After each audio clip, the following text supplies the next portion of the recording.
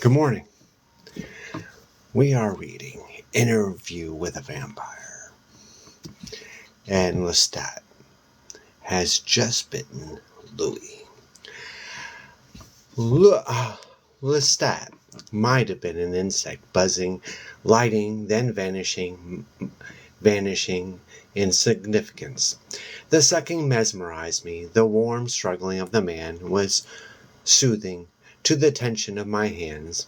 And there came the beating of the drums again, which was the drumbeat of his heart, only this time it beat in perfect rhythm with the drumbeat of my own heart, the two resounding in every fiber of my being, until the beat began to grow slower and slower, so that each was a soft rumble, and threatened to go on without end.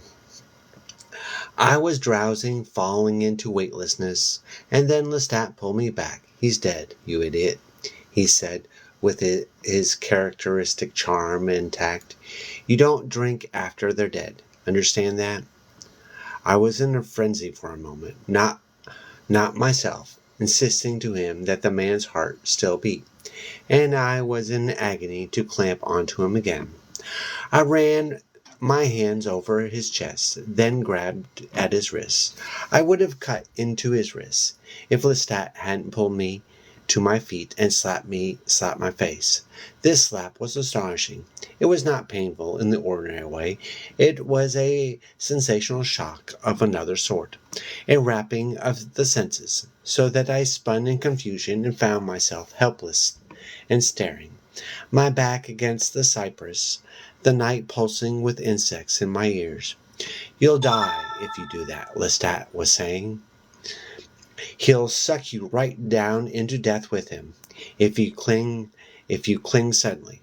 But I was feeling just what he'd said, that there was a grinding pain in my stomach, as if some whirlpool there were sucking my insides into itself.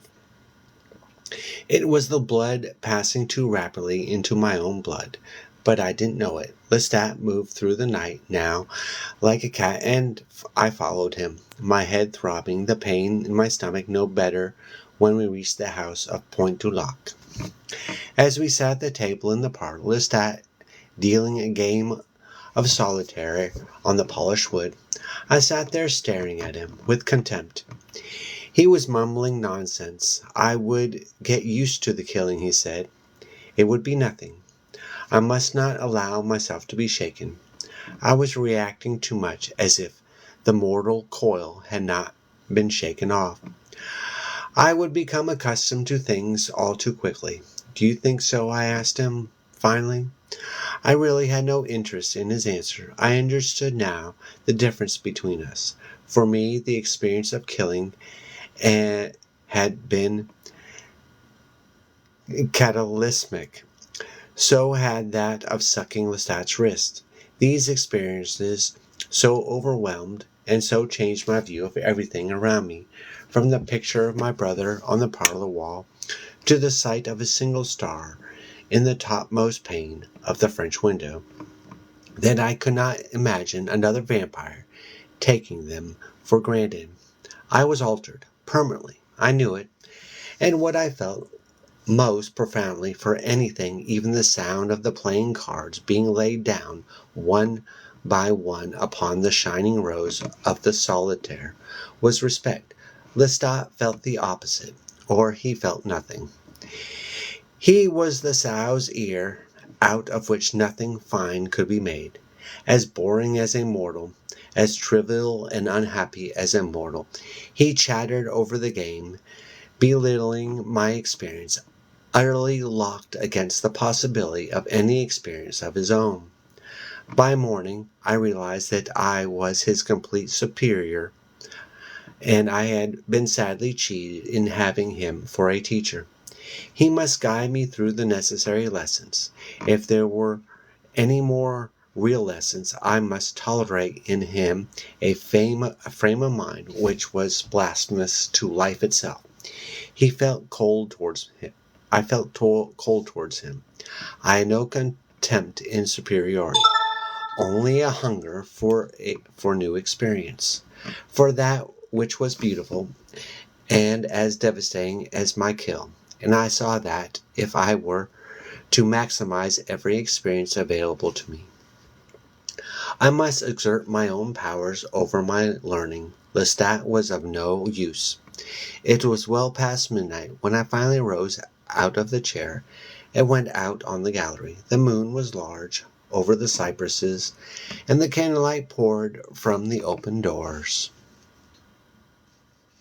Okay. There we are. Okay. Let me take a little talking break.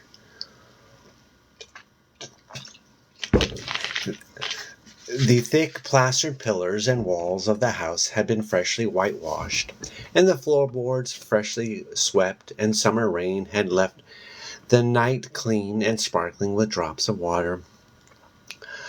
I leaned against the pillar of the gallery, and my head touching the soft tendrils of a jasmine which grew there in a constant battle with a wisteria, and I thought of what lay before me throughout the world and throughout time, and resolved to go about it delicately and reverently, learning that from each thing which would take me best to another.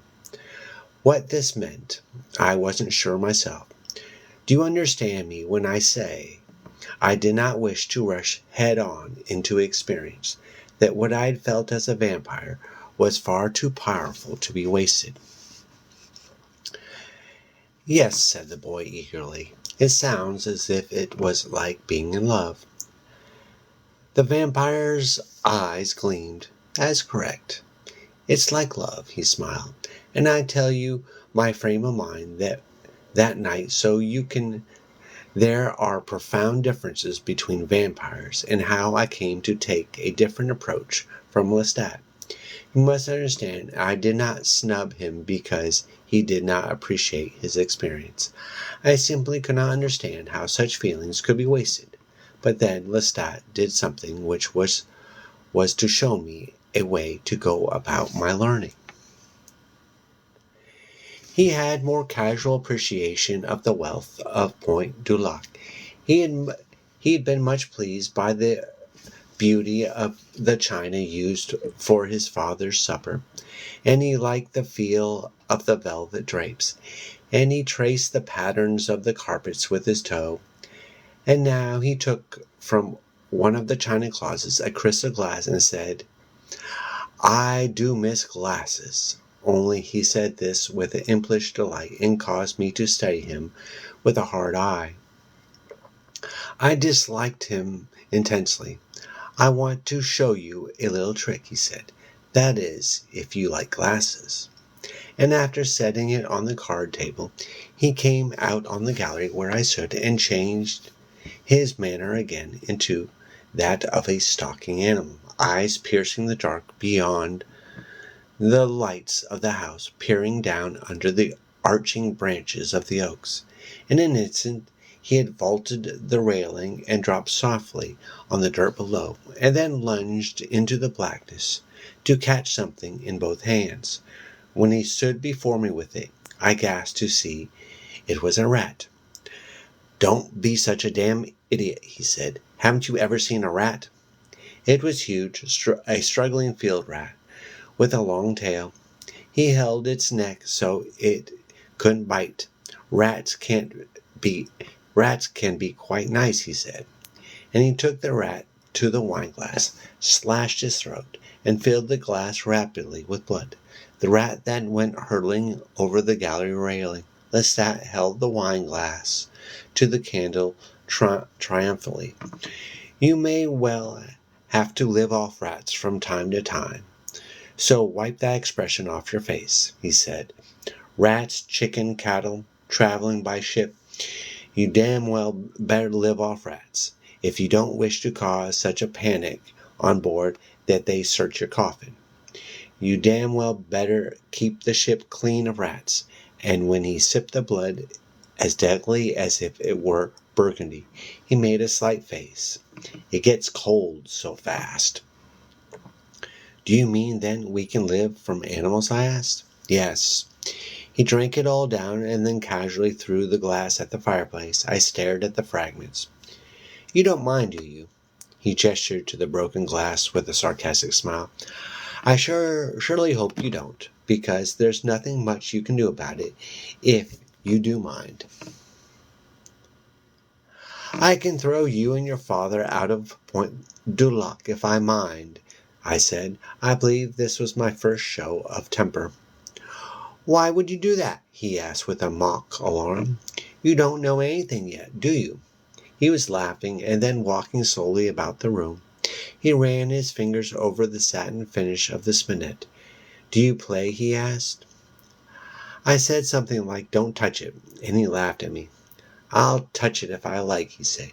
You don't know, for example, all the ways you can die, and dying now would be such a calamity, wouldn't it? There must be someone else in the world to teach me these. Oh, his temper is about to explode, I bet. Because Lestat, from what I remember, is worse than Damien and Klaus. Oh no, don't piss off Lestat. For those of you who know, Lestat has the blood of the ancients, so he is very powerful. The things I said certainly. You're not the only vampire. Your father, he's perhaps 70. You couldn't have been a vampire long, so someone must have instructed you. And do you think you can find other vampires by yourself? They might see you coming, my friend, but you won't see them. No, I don't think you have much choice about things at this point, friend. I'm your teacher, and you need me, and there isn't much you can do about it either way. And we both have people to provide for. My father needs a doctor, and then there's the matter of your mother and sister. Don't get any mortal notions about telling them you are a vampire. Just provide for them and for my father, which means that tomorrow night you had better kill fast and then attend to the business of your plantation. Now to bed. We both sleep in the same room. It makes for far less risk. No, you secure the bedroom for yourself, I said. I've no intention of staying in that same room with you. He became furious. Don't do anything stupid, Louis. I warn you. There's nothing you can do to defend yourself once the sun rises. Nothing. Separate rooms means separate security. Double precautions, double chance of notice. He then said a score of things to frighten me into complying. But he might as well have been talking to the walls. I watched him intently, but I didn't listen to him. He appeared frail and stupid to me, a man made of dry twigs with a thin, carping voice. I sleep alone, I said, and gently put my hand around the candle flames, one by one. It's almost morning, he insisted. So lock yourself in, I said. I said, embracing my coffin. I hoisted it and carrying it down the brick stairs. I could hear the lock snapping on the French doors above, the swoosh of the drapes. The sky was pale, but still sprinkling with stars, and another light rain blew now on the breeze from the river, speckling the flagstones. I opened the door of my brother's oratory, shoving back the roses and thorns which had almost sealed it, and set the coffin on the storm floor before the prie-dieu. I could almost make out the images of saints on the walls. Paul, I said softly, addressing my brother, for the first time in my life, I feel nothing for you, nothing for your death. Arid for the first time, I feel everything for you. Feel the sorrow of your loss as if I've never before knew feeling. You see. The vampire turned to the boy. For the first time now, I was fully and completely a vampire. I shut the wood blinds flat, opened the small barred windows, and bolted the door. Then I climbed into the satin-lined coffin, barely able to see the gleam of cloth in the darkness, and locked myself in. That is how I became a vampire. And there you were, said the boy after a pause, with another vampire you hated. But I had to stay with him, answered the vampire. As I've told you, he had me at a great disadvantage.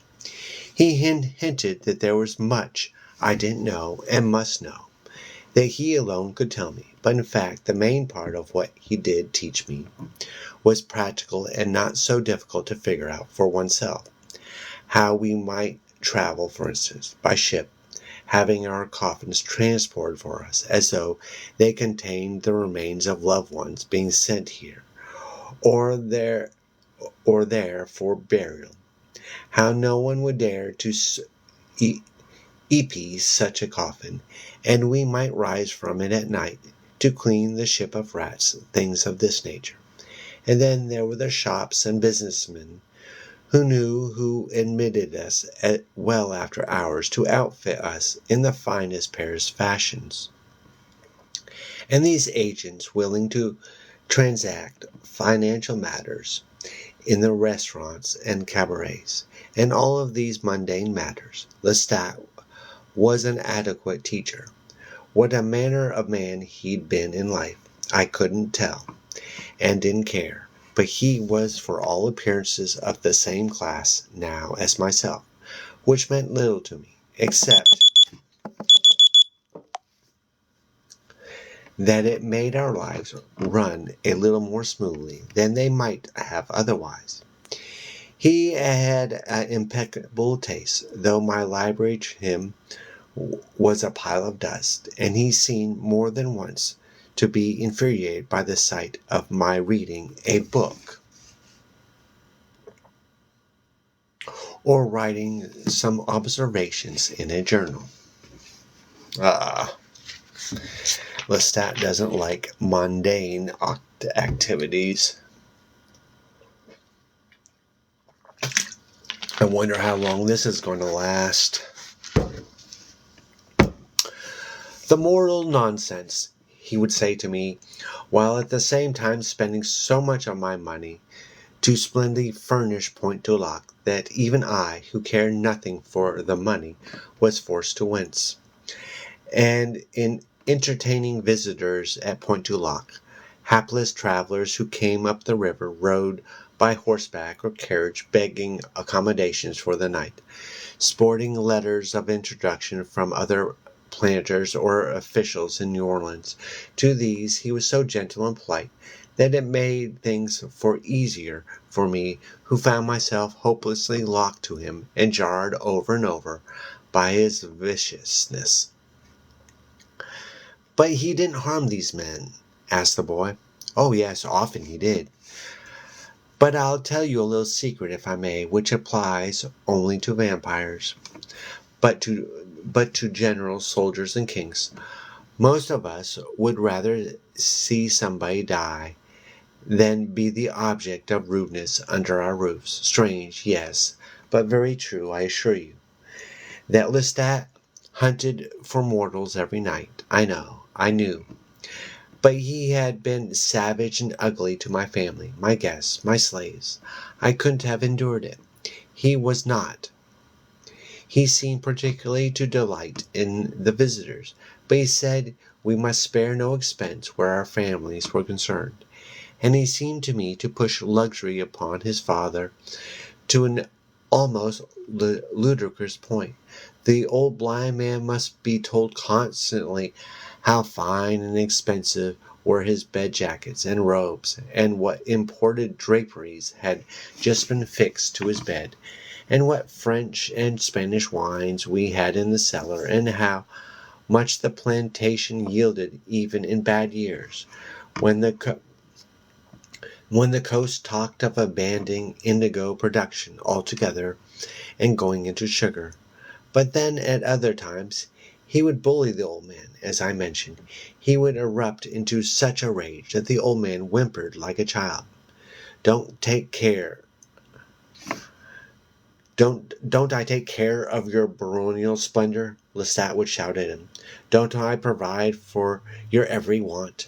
Stop whining to me about going to church or old friends. Such nonsense. Your old friends are dead. Why don't you die and leave me and my bankroll in peace? The old man would cry softly that these things meant so little to him in old age. He would have been content on his little farm forever. I wanted often to ask him later, where wag this farm? From where did you come to Louisiana? To get some clue to that place where Lestat might have known another vampire. But I didn't dare to bring these things up, lest the old man start crying and Lestat became enraged. But these fits were no more frequent than periods of near obstinate kindness, when Lestat would bring his father's supper on a tray and feed him patiently, while talking of the weather and the New Orleans news and the activities of my mother and sister. It was obvious that a great gulf existed between father and son, both in education and refinement, but how it came about I could not quite guess, and from the whole matter I achieved somewhat consistent detachment. Existence, as I've said, was possible. There was always the promise behind his mocking smile that he knew great things or terrible things, had commerce with levels of darkness. I could not possibly guess it, and all the time he belittled me and attacked me for my love of the senses, my reluctance to kill, and the near swoon which killing could produce in me.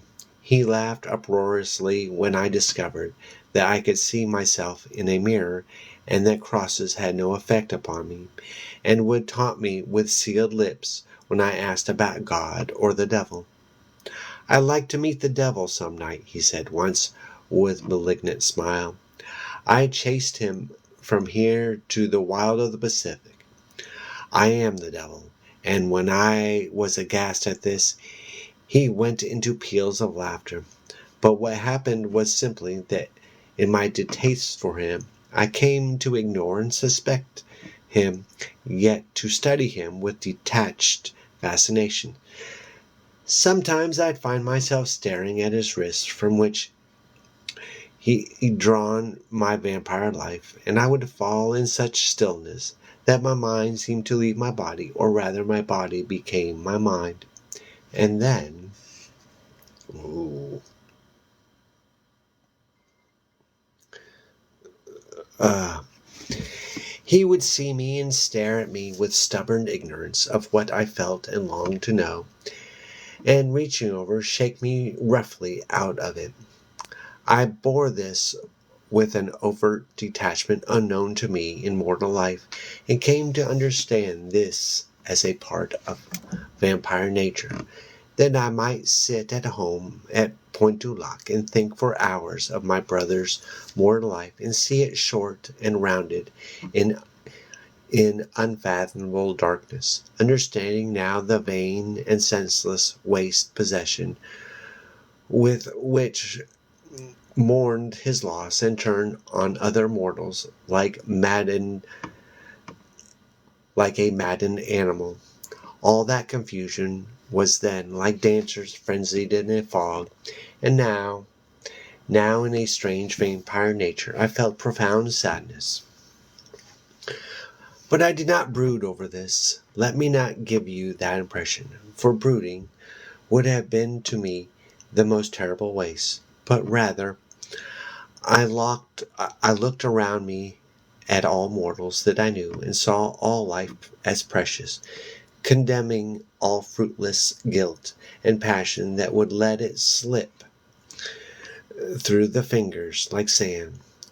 I was only now as a vampire that I did not come to know my sister, forbidding her the plantation for the city life which she so needed in order to know her own time of life and her own beauty, and come to marry, not brood for our lost brother, or my going away, or become a nursemaid for our mother. and then I provide for them all that they might need or want, finding even the most trivial requests worth my immediate attention. My sister laughed at the transformation in me when we would meet at night, and I would take her from our flat out the narrow wooden streets to walk along the street-lined levee in the moonlight, savoring the orange blossoms and the caressing warmth, talking for hours of her most secret thoughts and dreams, those little fantasies she dared tell no one and would even whisper to me when we sat in the dim light parlor entirely alone. And I would see her sweet and palpable before me, shimmering, precious creature, soon to grow old, soon to die, soon to lose these moments that in their tangibility promise to us, wrongly, an immortality, as if it were our very birthright, which we would not come to grasp the meaning of until this time of middle life, when we looked on only as many years ahead as already lay behind us. When every moment must be the first known and then savored. It was detachment that made this possible, sublime loneliness, which Lestat and I moved through the world of mortal men, and all material troubles passed from us.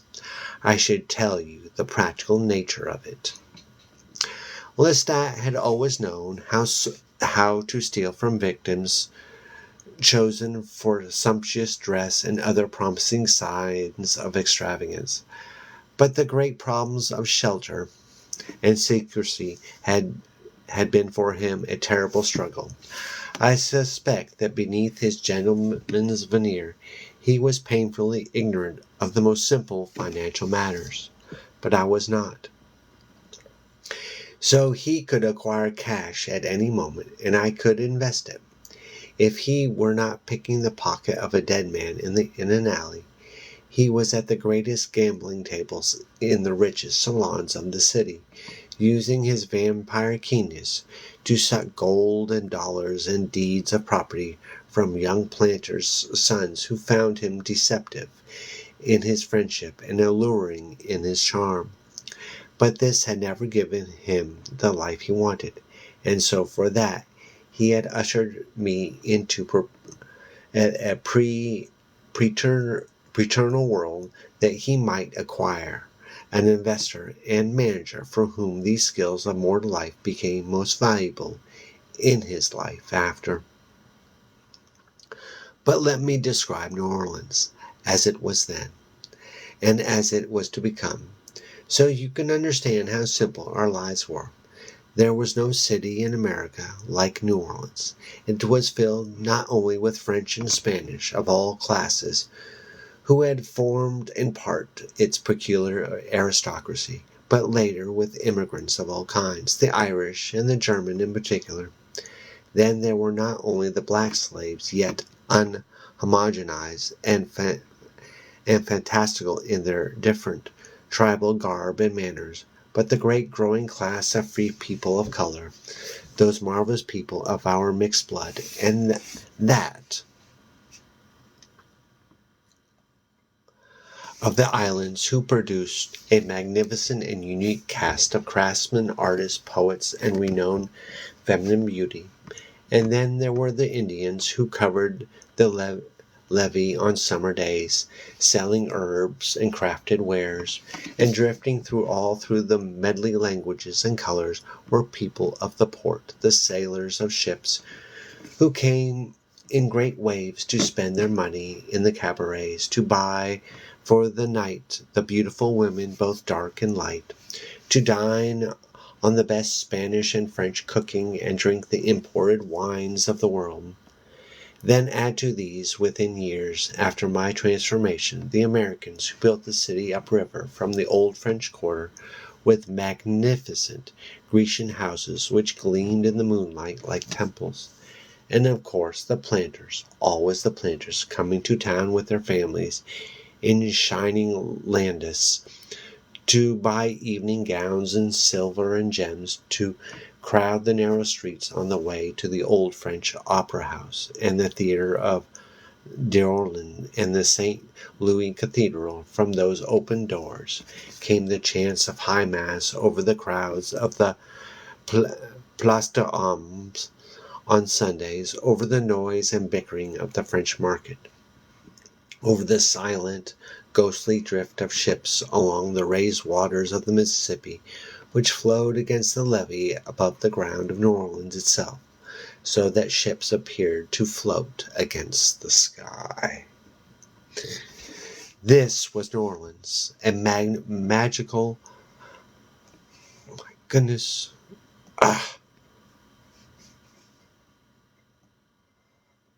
oh no, what happened? Oh. Remarkable for its nothing else, because that all those men, women who stayed for any reason left behind them some monument, some structure of marble and brick and stone that still stands, so that even the gas lamps went out and the planes came in and the office buildings crowded the blocks of Canal Street. Something irreducible of beauty, romance remained. Not in every street, perhaps, but in so many that the landscape is for me the landscape of those times always.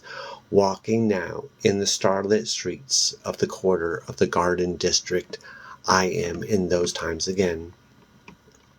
I suppose that is the nature of the monument, but be it a small house or a mansion of Corinthian columns, wrought iron lace, the monument does not say that this or that man walked here. No, that what he felt in one time, in one spot, continues. The moon that rose over New Orleans, that then still rises, as long as the monuments stand. It still rises, the feeling, at least here and there. It remains the same. The vampire appeared sad. He sighed, as if he doubted what he had just said. What was it? He asked suddenly, as if he were slightly tired. Yes, money. Lestat and I had to make money. And I was telling you that he could steal. But it was investment afterwards that mattered. What we accumulate we must use. But I go ahead of myself. I killed animals, but I'll get to that in a moment. Lestat killed humans all the time, sometimes 2 or 3 a night, sometimes more. He would drink from one just enough to satisfy a momentary thirst, and then go on to another. The better the human, as he would say, in his vulgar way, the more he liked it. A fresh young girl, that was his favorite food, the first of the evening. But the triumphant kill for Lestat was a young man. A young man around your... Alright, so that is where we will stop for today. Tomorrow we will continue of Chapter 4. We will be close to the end of Chapter 5 tomorrow.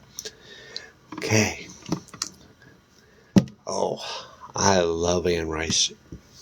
It's Women's History Month. Did you know that? And it's good because we're reading Anne Rice, The Interview with a Vampire. Now, if you like vampire books, if you're here and you like vampire books, I wrote a young adult vampire book called Vampire Juice. Because I always wanted to read a vampire book that was reminiscent of Fear Street and the Lost Boys. Yes, I did. And so I wrote one. And here is a review that I got a while back, but I thought I'd share it with you. I saw the author post this on TikTok, so I decided to read it. If your child's into horror, then this is definitely a good book. It's a step below Goosebumps and Fear Street, so it's a good introduction into those series. Language is simple and easy to follow. It's not very complicated. He uses short sentences to help ease the reading. I really believe kids will enjoy it. Isn't that amazing? Now, I use short sentences anyway. That's the way I talk. Number 2, I saw Hemingway's advice, and he was talking about short sentences. Well, that's why I use them. Well, anyway, my link is in the bio, and tomorrow we will continue reading Interview with a Vampire. Thank you for watching. Have a good day.